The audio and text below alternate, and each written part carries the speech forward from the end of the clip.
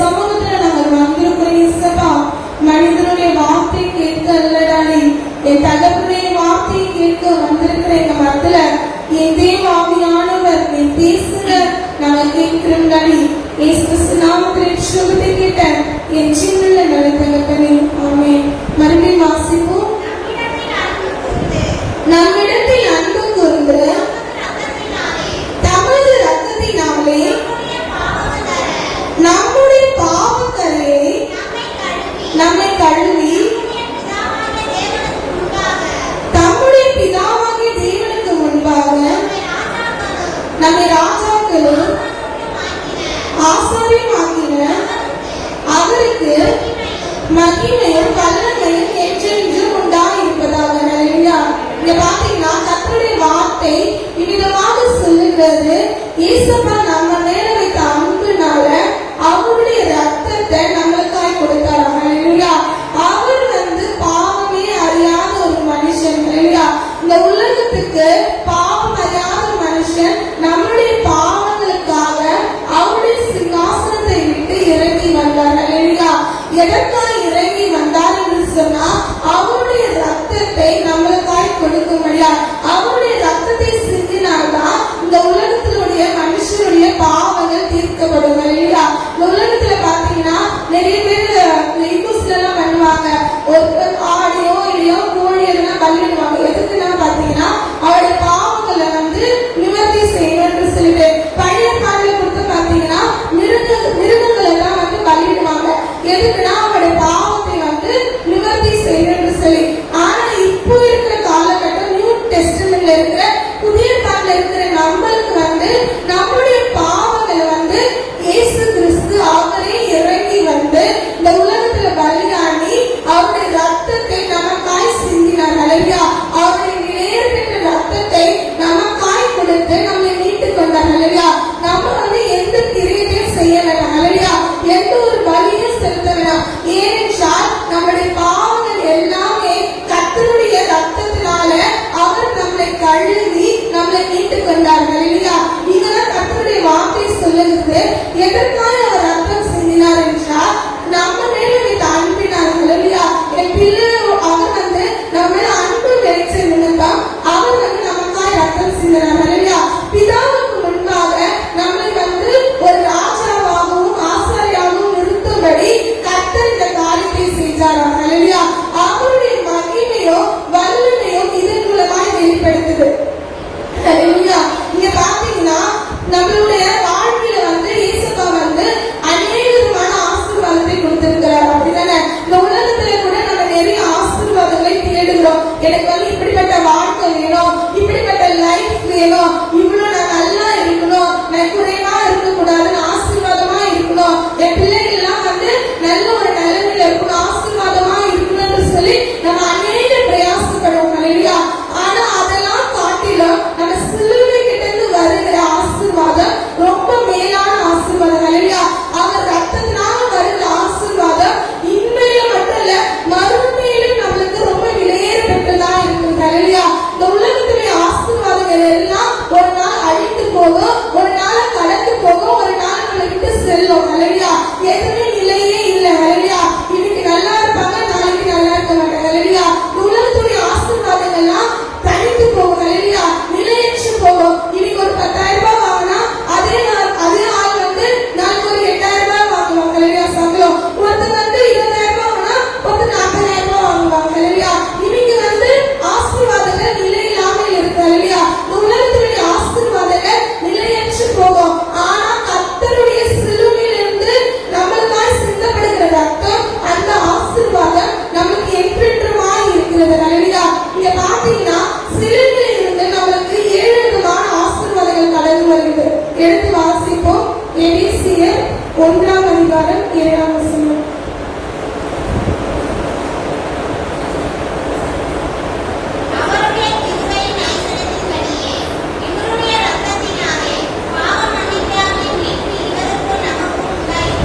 இங்க பாத்தீங்கன்னா கர்த்தருடைய வார்த்தை சொல்லப்படுகிறது, அவருடைய ரத்தத்தினாலே நம்மளுக்கு என்ன ஆசீர்வாதம் கொண்டு வராருன்னா பாவ மன்னிப்பாகிய மீட்பை கொண்டு வராரு. ஹல்லேலூயா.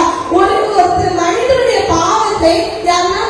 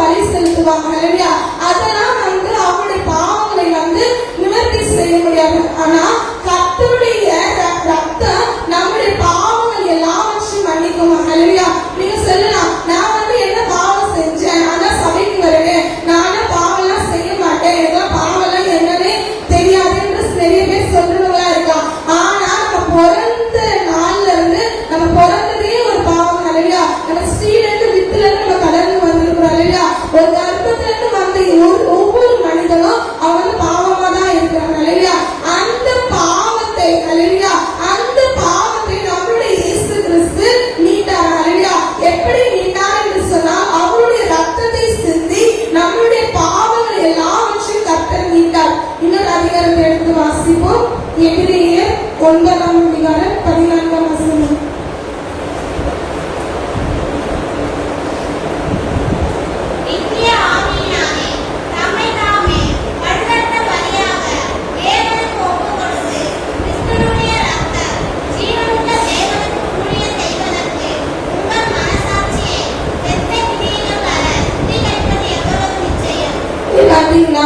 நம்முடைய மனசாட்சி சுத்திகரிக்கிறதா? ஹல்லேலூயா.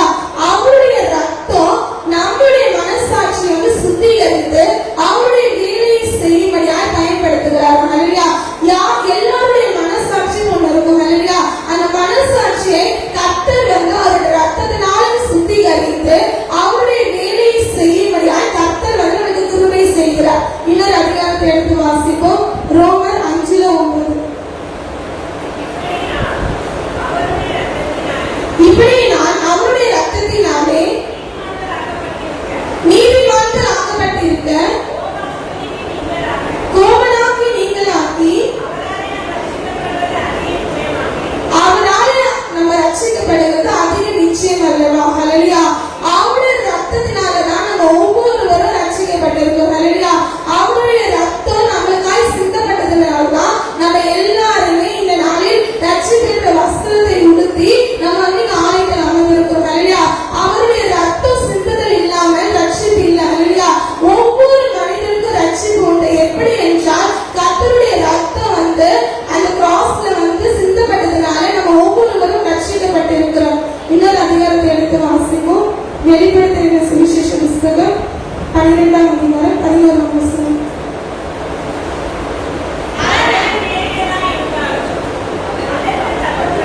மரணம் நேரிடாக இருந்தாலும் அதற்கு தக்கும்படி நம்முடைய ஜீவனை பாராமல் ஆட்டுக்குட்டியின் ரத்தத்தினாலும் அவருடைய சாட்சியின் வசனத்தினாலே அவரை ஜெயித்தார்கள். ஹல்லேலூயா. யார் ஜெயித்தார்னா பிசாசை ஜெயித்தார். ஹல்லேலூயா. அவருடைய ரத்தத்தினாலே சிந்தி அந்த பிசாசை கர்த்தர் ஜெயித்தார். ஹல்லேலூயா. நம்ம மீது கூட பிசாசு அநேக குற்றம் சாட்டுவான். ஹல்லேலூயா. இந்த பிள்ளை இப்படி இருக்க, இவன் இப்படி இருக்கானே, நீ உண்மையா இவன் கூட இருக்கிறேன்னு சொல்லி ஒவ்வொரு நாளும் குற்றம் சாட்டுவான். ஹல்லேலூயா. யோபுக்கே பிசாசு குற்றம் சாட்டினாங்க. ஹல்லேலூயா. இவன் இவ்வளவு ஐஸ்வர்யமா இருக்கானே, இவ்வளவு நேர்மையா இருக்கிறது நீங்க அவனையும் அவனுடைய குடும்பத்தை நீங்க வேலை எடுத்திருந்தால்தான் அவனுக்கு எந்த காரியமும் நேரிடல. நீங்க அந்த வேலை எடுங்க. நான் அப்ப அவன் மேல கடந்து வருவேன். அவன் உன்னை மறுதளிச்சுட்டானா அப்ப நான் நினைச்சுக்கிறேன் அவன் உத்தமன்னு சொல்லி. ஹல்லேலூயா. ஆனா யோபுக்கு அநேக சோதனைகள் வந்தது. ஹல்லேலூயா. அவன் உச்சத்திலிருந்து கால் வரைக்கும் அவனுக்கு எல்லாமே அப்படிப்பட்ட பலவீனம் கூட கர்த்தரை அவன் மறுதளிக்கவில்லை. ஹல்லேலூயா. அவன் கர்த்தருக்கு உண்மையா இருந்தான். ஹல்லேலூயா. நம்ம வாழ்கிற காலத்துல கூட நம்மளுக்கு எப்படிப்பட்டதான சோதனை வரும், நம்மளுக்கு எப்படிப்பட்டதான காரியங்கள், பலவீனங்கள், கஷ்டங்கள், கண்ணீர்கள், வேதனைகள், எப்படிப்பட்டதான காரியங்கள் வந்தால் கூட நம்ம இயேசு கிறிஸ்துவை மறுதளிக்க கூடாது. ஹல்லேலூயா. அந்த பிசாசை முறியடிக்கிற வல்லமையை கர்த்தர் நமக்கு கொடுத்திருக்கிறார். எப்படி கொடுத்திருக்கிறார் என்றால் அவருடைய ரத்தத்தை சிந்தி அந்த வல்லமையை நம்ம ஒவ்வொருவருக்கும் கொடுத்திருக்கிறார். இன்னொரு அதிகாரத்தை எடுத்து வாசிப்போம்.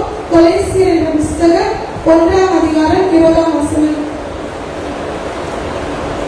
அவர் சிலுவையில் சிந்தின ரத்தத்தினாலே நமக்கு இயேசு கிறிஸ்துவுக்கு ஒரு சமாதானத்தை உண்டு பண்ணுகிறார். ஹல்லேலூயா. அவர் சிந்தின ரத்தம் அவரால் கழுவப்பட்ட பிள்ளைகளுக்கும் அவருக்கும் இடையே ஒரு சமாதானத்தை கொண்டு வருகிறது. அடுத்தது வாசிப்போம். எபேசியர் என்ற புஸ்தகம் 10ஆம் அதிகாரம் 19ஆம் வசனம்.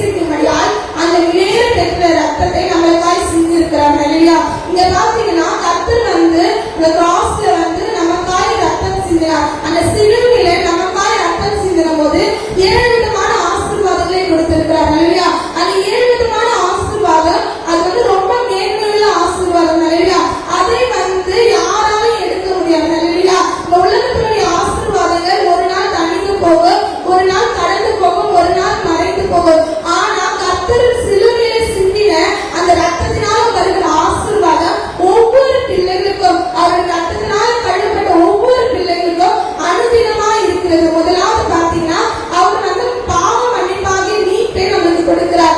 இரண்டாவது பாத்தீங்கன்னா மனசாட்சியை சுத்திகரிக்கிற காரியங்களை கொடுக்கிறார். மூன்றாவது பாத்தீங்கன்னா கோபானுக்கு நீங்களாக்கி நம்மளை விலக்கி காக்கிறார்.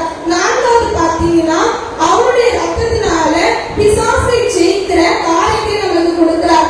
ஐந்தாவது பாத்தீங்கன்னா நம்மளுக்கும் கர்த்தருக்கும் இடையே ஒரு சமாதானத்தை கொடுக்கிறார். ஆறாவது காரியத்தை பாத்தீங்கன்னா அவருடைய ராஜ்யத்தில் பிரவேசிக்கும்படியாய் அந்த ரத்தம் நம்மை கூட்டி போய் நிற்குமா. எப்படி கூட்டி போய் நிற்கும்னா நம்ம ராஜாக்களாகவும் லேவியராகவும் ஆசாரிகளாகவும் அவர் சமூகத்துல போய் கூட்டி போய் நிற்கும். அல்லையா, அந்த ரத்தம் எவ்வளவு பெரிய ரத்தம். அல்லையா, அந்த விலையேற பெற்ற ரத்தம் இந்த உலகத்துக்கு நமக்காய் வந்தது. அல்லையா, நம்மை நீக்கும்படியாக வந்தது.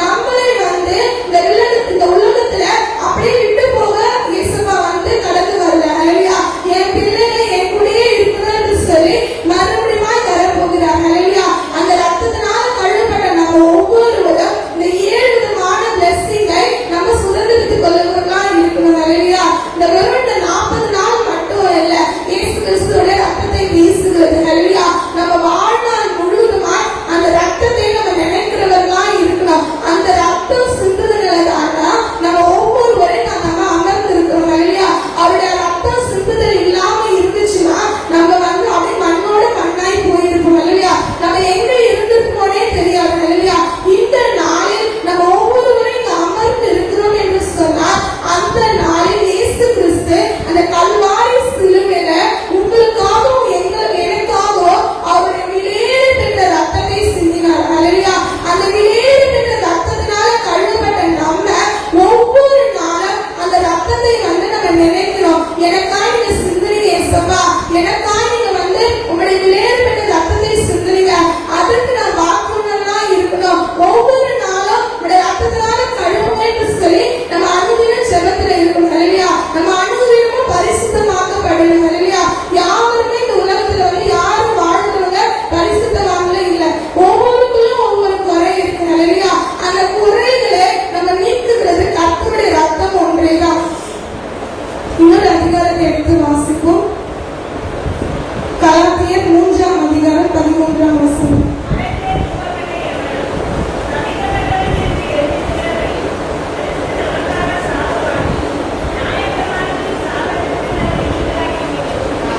இங்க பாத்தீங்கன்னா முதலாவது நம்ம பார்த்தோம் கர்த்தருடைய ரத்தத்துல இருந்து 6 விதமான ஆசீர்வாதங்கள் கர்த்தர் வந்து அந்த சிலுவையில நம்மளுக்கு கொடுத்தார். இப்ப பாத்தீங்கன்னா இயேசு கிறிஸ்து வந்து கல்வாரி சிலுவையில அடிக்கப்படும் போது, நொறுக்கப்படும் போது, தாக்கப்படும் போது அவருடைய சரீரத்துல எல்லா இடத்திலும் ரத்தம் வடிந்தது. இல்லையா, ஆனா இங்க பாருங்க 4 விதமான ரத்தத்தை குறித்து 4 விதமான இடத்துல இருந்து கர்த்தருடைய ரத்தம் புரண்டு வந்தது என்று சொல்லி இதனால நம்ம தியானிப்போம். முதலாவது எடுத்து வாசிப்போம். மறுபடியும் வாசிங்க.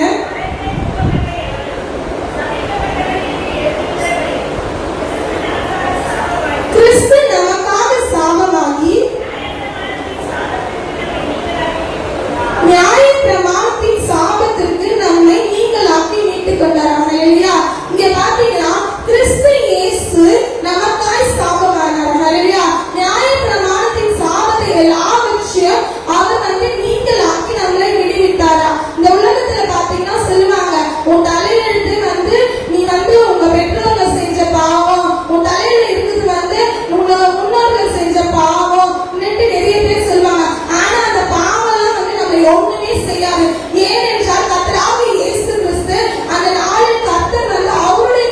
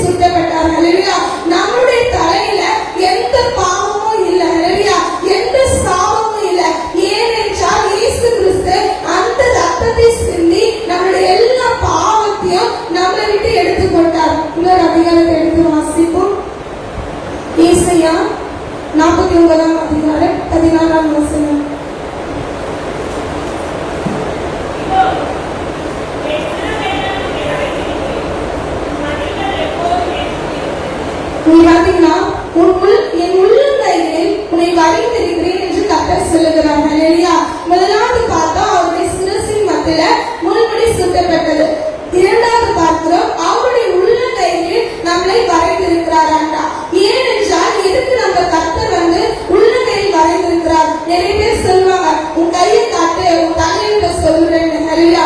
அப்படி யார்கிட்டயும் உங்க கையை காட்டாதீங்க. நீங்க சொல்லுங்க, என் இயேசுவா வந்து என்ன வந்து அவர் உள்ளங்கையில வரைந்து வச்சிருக்கிறாரு, என்னுடைய தலையெழுத்து அவர்கிட்ட இருக்கு. ஏனென்றால் அந்த உள்ளங்கையில இந்த வடிந்த ரத்தம் என் தலையெழுத்து அது எப்படியா இருந்தாலும் அந்த தலையெழுத்தை மாற்றுகிற அதிகாரத்தை கர்த்தர் எனக்கு கொடுத்திருக்கிறார். அந்த ரத்தம் வந்து உள்ளங்கையிலிருந்து விழுகிற ரத்தம் நம்மளோட ஒவ்வொருடைய தலையெழுத்து மாற்றுகிறதா இருக்குது. நம்மளோட வாழ்க்கை குறித்து யாருமே பயப்பட வேணாம். நான் என்னோட வாழ்க்கை எப்படியா நடக்க என்று சொல்லி யாருமே கலங்க வேணாம். கர்த்தர் வந்து அவருடைய உள்ளங்கையில் சிந்தின ரத்தத்தினால நம்மளுடைய வாழ்க்கையை அவர் மீட்டுக் கொண்டார். ஹalleluya. அவர் நம்மளை அவருடைய உள்ளங்கையில் வரைந்து வைத்திருக்கிறார். ஹalleluya. இந்த உள்ளங்கையிலே இயேசுவா வந்து நம்ம ஒவ்வொருவரையும் வரைந்து வைத்திருக்கிறார். அப்படிப்பட்ட தேவனை நம்ம எப்படி பார்க்கணும்? ஹalleluya. நம்மளுடைய வாழ்க்கையில வந்து காரியங்கள் வந்து கைகூடி வரலன்னு சொல்லி நிறைய பேர் சொல்லுவாங்க. எதுவுமே கர்த்தருடைய நேரத்தில் கொடுங்க, கர்த்தருடைய ஜெபம் கர்த்தருடைய கையில கொடுங்க.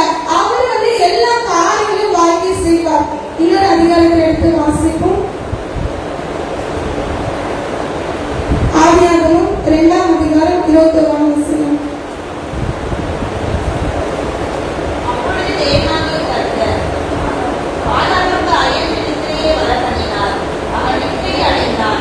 அவர் அவன் விலாயங்களில் ஒன்றை எடுத்து அந்த இடத்தை சதையினால் அடைத்தார். இங்க பாத்தீங்கன்னா ஆதாமுக்கு வந்து கர்த்தர் வந்து ஆழ்ந்த நித்திரை பண்ணி அவனுடைய விலா எலும்பை எடுத்து ஏவாளை உருவாக்கினார். ஹalleluya. நம்மளுடைய கர்த்தராகிய இயேசு கிறிஸ்து கூட சிலுவையில வந்து அறையப்படும் போது அவருடைய விலாவில் இருந்து ரத்தமும் தண்ணீரும் வந்து கடந்து வந்ததாம். ஹalleluya. ஆதாம் வந்து அவனுடைய எலும்பை எடுத்து, அதாவது விலா எலும்பை எடுத்து ஏவாள் என்ற மனவாட்டை உருவாக்கினது போல கர்த்தராகிய இயேசு கிறிஸ்து அவருடைய ரத்தத்தை வந்து, அதாவது விலாவில் இருந்து சிந்தப்பட்ட ரத்தம் வந்து நம்ம ஒவ்வொருவரும் அவரை மனவாட்டி என்று கூறுகிறது. ஹalleluya. அவர் மனவாளனா இருக்கிறார். கர்த்தர் வந்து நம்ம ஒவ்வொருவரையும் மனவாட்டியாய் அழைக்கிறார். ஹalleluya. இந்த மத்தியில இருந்து நமக்கு எந்த சாபமும் இல்ல, எந்த பிரச்சனையும் இல்ல, எந்த என்ன சொல்றது, எந்த ஒரு பாவமும் நம்மளுடைய வாழ்க்கையில இல்ல.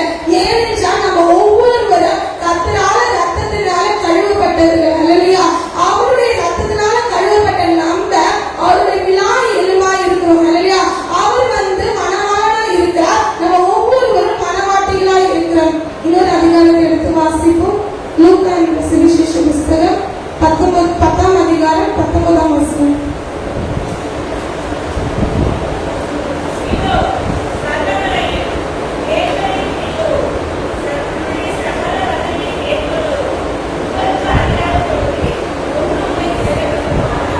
இங்க பாத்தீங்கன்னா இதோ சர்ப்பங்களையும் தேள்களையும் மிதிக்க கர்த்தர் நமக்கு அதிகாரத்தை கொடுத்திருக்கிறார். ஹalleluya. கிறிஸ்துவின் பாதங்களிலிருந்து வழிகிற ரத்தம் நம்மளுக்கு வந்து அநேக அதிகாரத்தை கொடுக்கிறது. ஹalleluya. சர்ப்பங்களையும் தேள்களையும் மிதிக்கிறதுக்கு நமக்கு அதிகாரத்தை கொடுத்திருக்கிறது.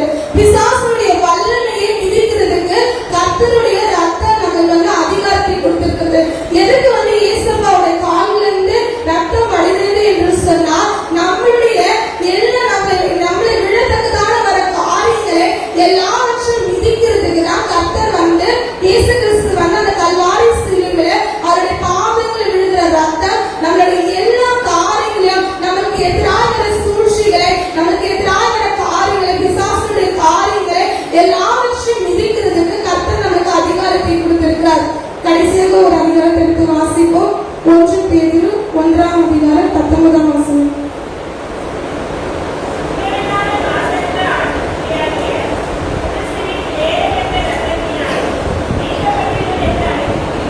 இங்க பாத்தீங்கன்னா கர்த்தருடைய வார்த்தை விதமாக சொல்லுகிறது, குற்றமில்லாத மாசற்ற ஆட்டுக்குட்டி ஆகிய கிறிஸ்துவின் விலையேறப்பட்ட ரத்தத்தினாலே நம்ம மீட்கப்பட்டிருக்கிறோம். ஹalleluya.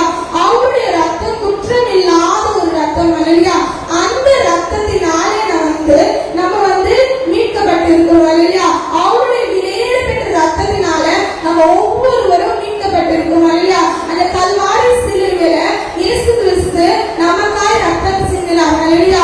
அந்த ஆறுவிதமான ஆசீர்வாதத்தை நம்ம சுதந்திரித்துக் கொள்ளுகிறவர்களா இருக்கணும். ஹalleluya. இந்த 4 விதமான இடத்துல இருந்து அவர் எதற்காய் ரத்தம் சிந்தினார் என்று சொல்லி பார்த்தோம். முதலாவது பாத்தீங்கன்னா அவர் வந்து எதற்காய் ரத்தம் சிந்தினார்னா அவருடைய முன்முடியிலிருந்து காரியங்கள் வந்து அவருடைய ரத்தமா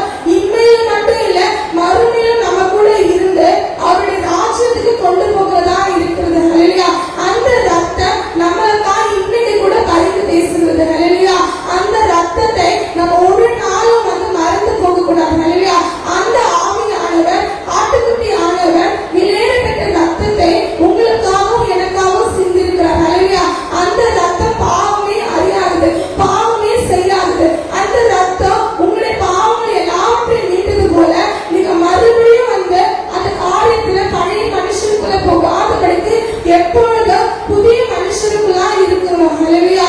அந்த ரத்தம் நமக்காக பரிந்து பேசி அவருடைய சமூகத்துல நம்மளை போய் கொண்டு போய் நிறுத்தணும். ஹல்லேலூயா. பேசின வார்த்தையின்படி கர்த்தர் உங்களை ஆசீர்வதிப்பார்.